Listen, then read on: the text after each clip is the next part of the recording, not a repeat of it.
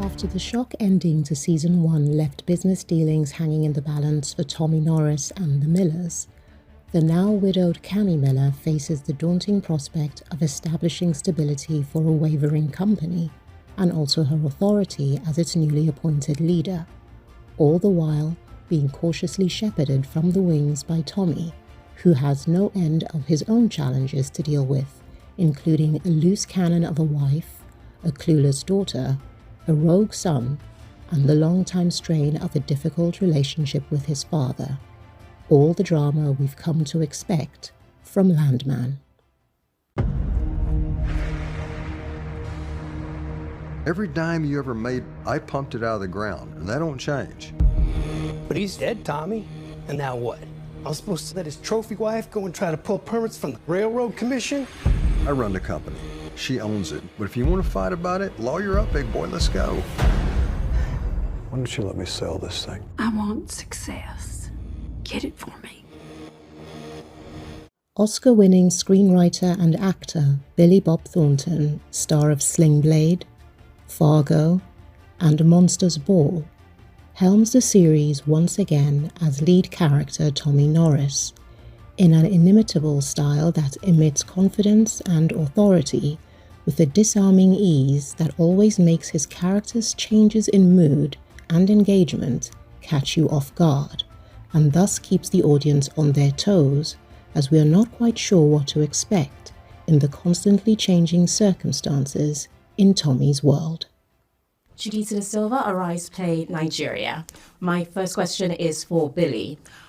Throughout Season 1 and then now in Season 2, even though the stakes are high and he's got an elevated position, Tommy always has this energy of being laid back and unimposing until he acts or reacts or loses his temper. Then he's very intimidating. So that characteristic of that, the contradiction between the perception of him and the actuality of his behavior, is that embedded in the script, or does that come from your interpretation of Tommy? It's actually both. Taylor originally wrote this thing in my voice. Told me he was writing it for me. Yeah. And we knew each other a little bit. So he actually did capture it. And I'm not a heck of a lot different in real life. The temper thing, you know, as you get older, it kind of dissipates. Yeah.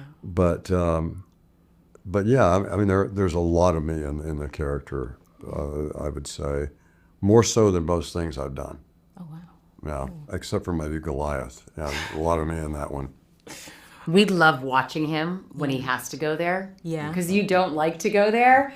And it's like, we're all like riveted and excited because it's like, it feels a little dangerous, you know? Every time you take a fucking breath, you owe me, Thomas. Really? That thing I spared you from, I can give it back anytime I want. I know we had secrets. You just pray you don't find something that makes the life you've lived a lie. Where is our fucking money? Run! Who's the gangster now? It's like I'm looking into a mirror. Golden Globe winning actress DEMI Moore, star of the classics A Few Good Men, Indecent Proposal, and Ghost, returns as Cammy Miller, the now widowed and newly appointed owner of her late husband's empire.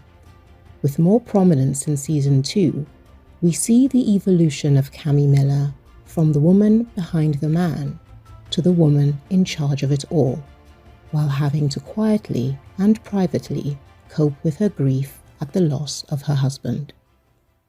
Now, your character in the series, Cammy, is a woman who's going through grief. Yes. But she's not allowed to naturally go through the process because she has to focus on protecting her husband's business. Yes. But then just watching your scenes and how you play it, you can see transitions between her exhibiting the emotions of grief and then snapping back into business mode. So when you know that any scene might demand of you to have those swings in emotion, how do you calibrate your performance so you can dial in and dial out and it doesn't look unnatural? Well, I think, Taylor's writing is very concise. And I think for me, it was just about layering it in, so that in the scenes that were more focused on the survival of the company, that it was kind of in the underneath of my foundation. And I did, do a fair amount of research, talking with different people who have had this very experience. And in particular, as the season unfolds, the unexpected challenges of things in their life not being all that it seemed, or perhaps that Monty made it out to be, or just certainly different, and what that required. And, I think, again, the interesting thing is in life, we have a multitude of experiences, even within one 24-hour period.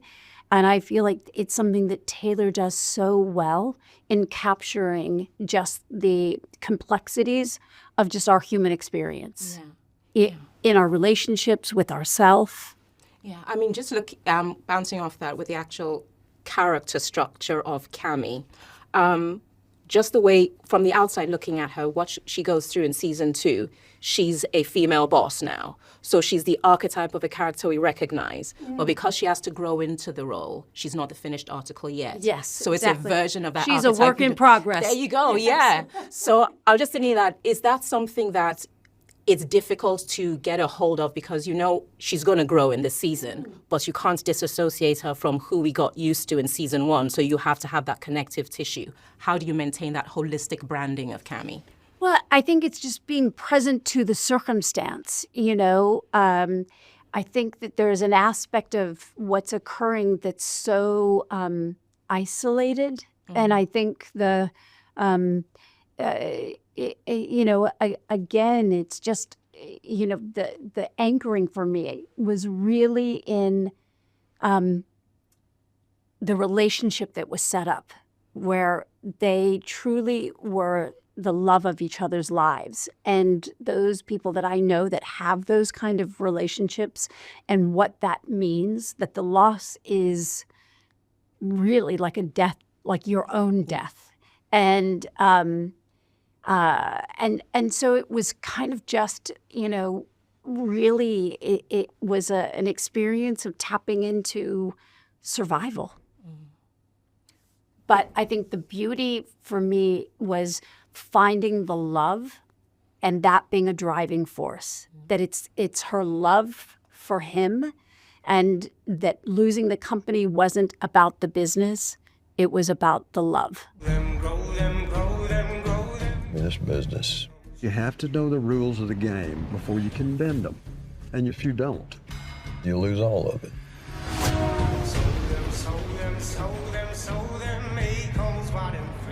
Hey, where are you? At Drill Well 7. Dad, I'm playing on the house's money now. No, you're playing with the devil's money. So for once in your life, just please listen to me. How you managed to say the only thing that could possibly save you. It's a gift. Actress Ali Larter, star of romantic thriller Obsessed and hit series Heroes, returns as the fiery and unpredictable Angela, the partner and insanely inexplicable soulmate of Tommy Norris. From her hair-triggered temper to her unconventional parenting style, Ali continues to entertain and amuse as Angela, with her unique blend of loving devotion at the same time as demanding expectations as the matriarch of the dysfunctional Norris clan. For you, Ali, okay, so when it comes to female characters on screen, like us women, we want them to be strong and intelligent and not dependent on a man, which is true.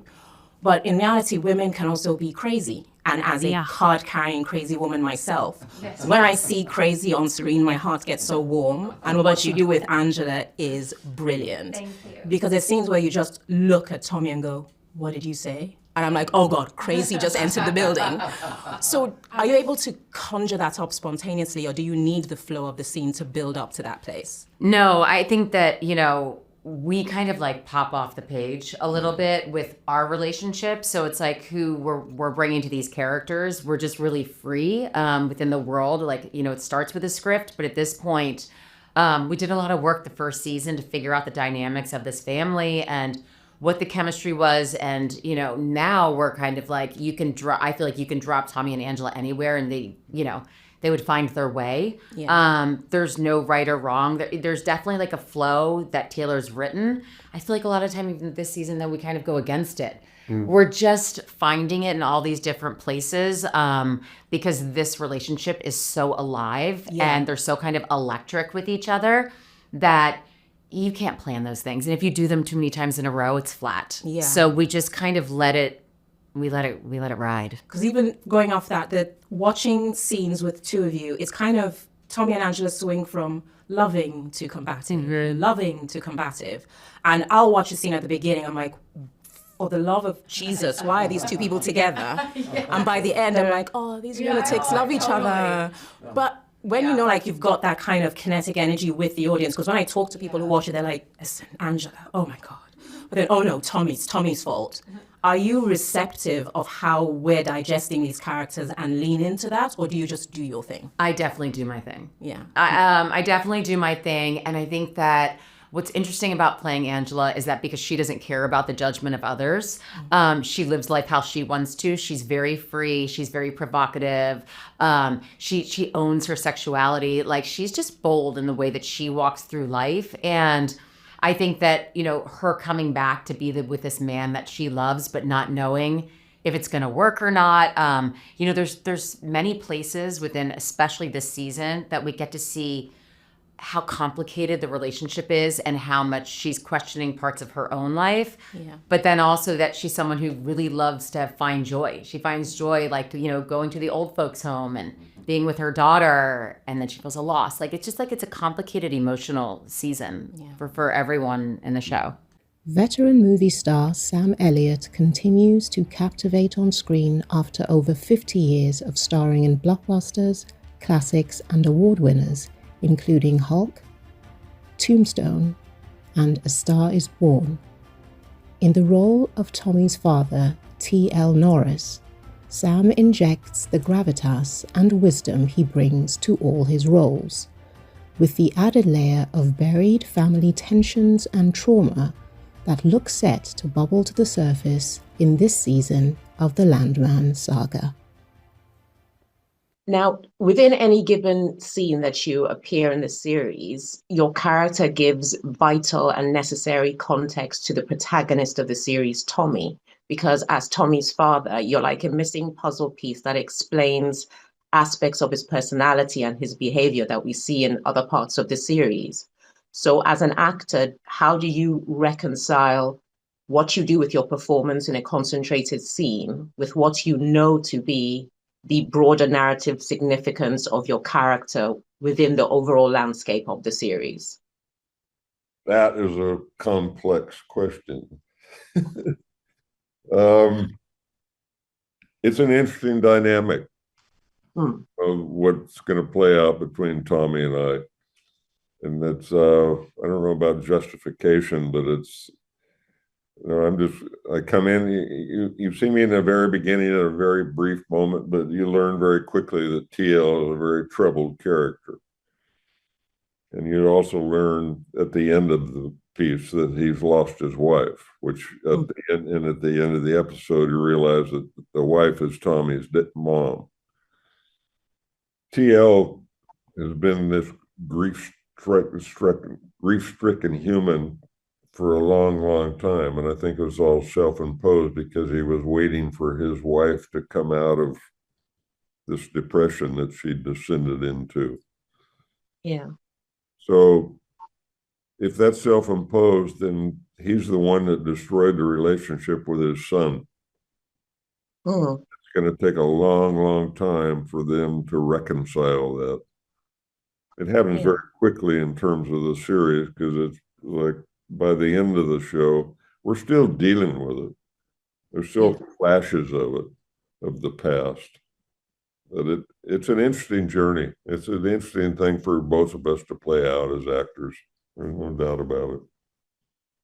After creator and writer Taylor Sheridan's success with the hit series Yellowstone and the subsequent spin-off series that it inspired, 1923, and then 1883, his introduction of the oil-drilling Texan cowboys of LANDMAN continues his ever-expanding TV universe of westerns, which has breathed new life into an old genre by depicting the westerns with a more modern perspective.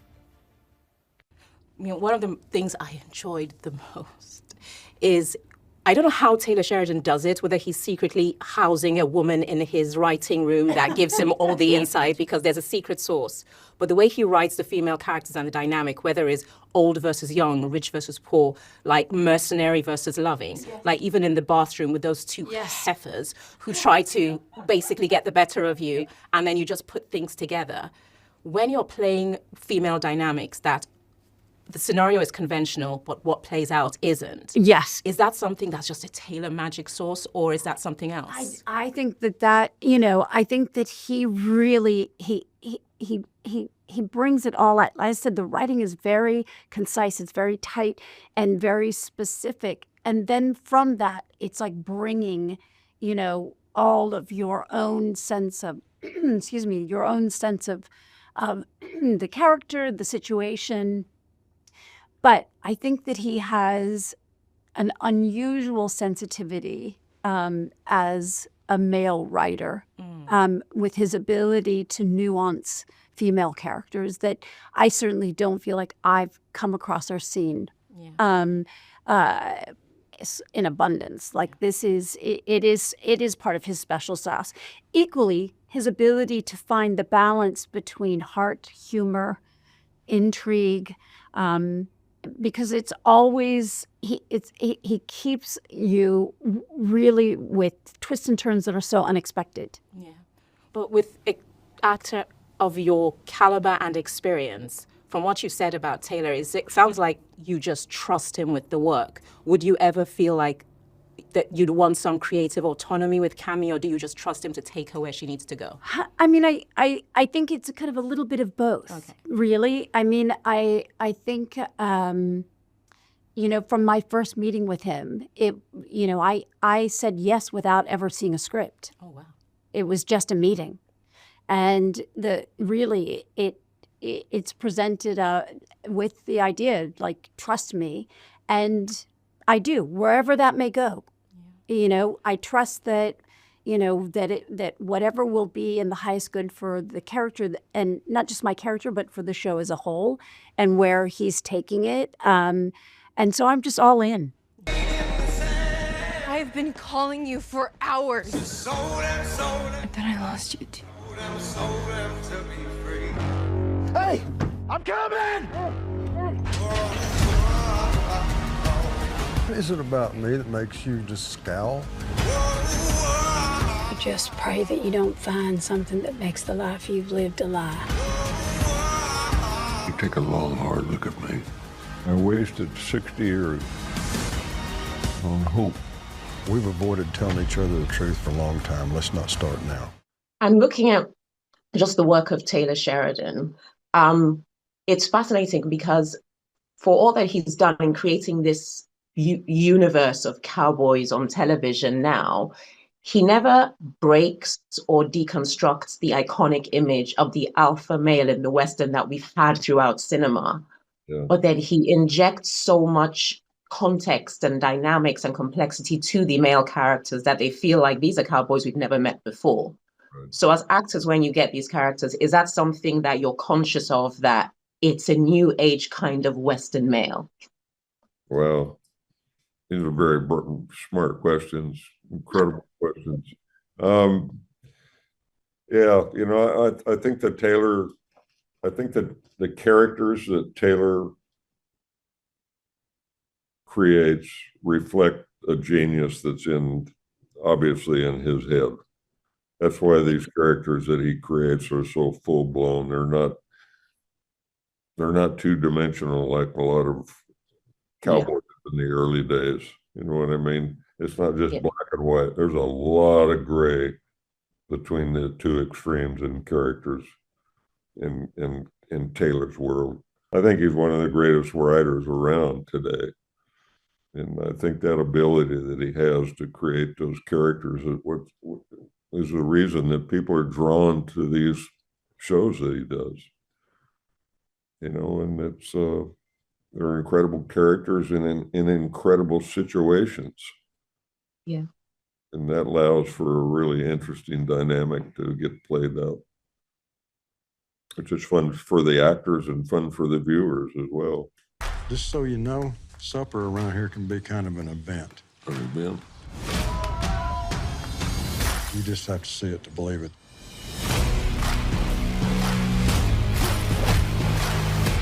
Is this your life all the time? It's like one big tragic cartoon. Watching it, particularly from our perspective, like as Nigerians, on the outside looking at certain aspects of American culture, we have like a mold of what we think it is. So the Southern blonde, the Texan oil man, all of that stuff is like, it's almost like a superhero, a caricature. But with Taylor Sheridan, it started with Yellowstone even to now, where there's so much texture to every character. Some of you behave like Nigerians. So do you think that it's just a thing about Taylor, or is that something that when, like you said, he wrote for you, he finds something about you and puts it in the character, and that's why it works that way? I definitely think that's true, but also you mentioned that about you said we're a lot like Nigerians, which I believe that's why it pleasantly surprised us that it became an international hit. And I think a lot of that is because, I mean, we all think, okay, you're from America, you're from Nigeria, this person's from Scotland, whatever it is. Yeah. We're all the same in terms of our dynamics. Everybody knows or is in an eccentric or dysfunctional family. I mean, this is something that's a universal thing. And I think that's the nerve it struck with people, is that they're watching people who are unabashedly themselves. Yeah. There's nothing phony about any moment. We have absurdist, moments sometimes. Yeah. Mm-hmm. And yet somehow they're completely real, because in my life, I've seen that. I've been involved in it, And this family, one of the things that you mentioned earlier that made me think of this is that Taylor draws characters very clearly, whereas some writers write in the same voice, if that makes any sense. Yeah. So when this person is talking and that person is talking, you can tell it's coming from the same writer who's really using their voice. Taylor has 16 people who are all different. Yeah. And that's a joy for an actor because you don't have to find your character. It's there, Mm-hmm. And the thing about, our relationship is that we have a natural chemistry, first of all. I mean, it just happened. Yeah. I mean, there was nothing we could do about it. And we didn't know each other before we did this. Oh, really? We didn't know each other. I knew a lot of the people in it, but Ali and I didn't know each other. It was instantaneous. And which really obviously helped us a lot. And these moments, and I think one of the things that we added to this, but Taylor's writing is so splendid. You don't have to do much, but she can throw a plate at my head and I can say, I love you. Which is like, because there's something exciting. And I think this may be from a male perspective and a female perspective in life, that like a lot of times the sort of straight-laced girl goes for the bad boy. Yeah. And a lot of times the guy who's just like, oh, good God Almighty, will go for the girl who throws a plate at your head, And I've seen it in my life, and we have it in this. And but one of the things that Ali and I think we brought to this is that no matter what happens in the scene, you'll always see a look between us that's like, I love you, baby. Yeah. There's so much games that goes into these two. They're like, they kind of get caught up in this energy of each other, and then it explodes, and then they always come back and to what the love is. But I think that what you see this season is that they're growing to the next level, because the first season was such a short amount of time. It was only 10 days. So here we are. It's like we're so early into this relationship coming back together, and they have so much shared history. But the real question is, like, will they be able to be there for each other, you know, if you're getting into real life? Yeah. And that's what is presented with us this year. And you see, you know, Angela really want Tommy to step up and be a man who can, like, take care of their family and be there and support her when she's hurting, and, like, step up and be a great, you know. So it's like they just have expectations of each other, and sometimes it makes for uncomfortable situations. Sometimes they're beautiful. It's you know, it's a messy, delicious season. I asked this question of Demi, but also because I'm just fascinated by Taylor Sheridan. I think he's an alien. But do you have, from what you've experienced, do you have, as actors who have experience and know the issues behind the scene, do you have blind trust in Taylor based on what he's shown you thus far? Or do you think that you still want some level of creative autonomy where there's some places you might want to take Angela, want to take Tommy, and you would put that in? I can tell you this, I have questioned Taylor. Okay. And we both have. Mm-hmm. I mean, I don't think there's anybody in the cast who hasn't. Mm-hmm. Just like you do, any actor is going to do that with a creator or director or anything like that. You'll see something on the page and you're not quite sure it's you, and you're not sure it's going to work for an audience, whatever it is. And I'll be damned if he's not right. He'll tell me, there was this one scene in particular, I said, dude, I don't know if this is going to work. This is crazy. And he goes, trust me. And then I asked him another thing. I said, hey, from season 1, remember when I used to do this? Where's that? He goes, it's coming, trust me. And he's right every time. And it just pisses me off. He's kind of masterful in the way, like, he does know how to structure it, though, because the first season really was about understanding oil. And this season was so much of the family. You know, we were at times like, you know, do we need to be doing something else? Trust me, trust me, trust me. And yeah, we think the audiences are going to love it, and that he was right. It's brilliant. Yeah. Thank you so much for talking to us. Keep being crazy, because my God, I love it. Thank you so much. Thank you. Thank you. Have a good day. Thank you. There are so many things about our lives that need to be fixed. So it'll be good.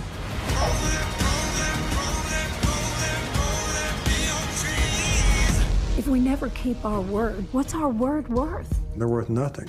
Nobody's is. That's what the lawyers are for.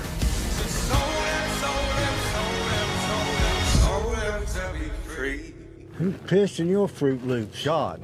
It's the first thing you did this morning. Now walk me through this.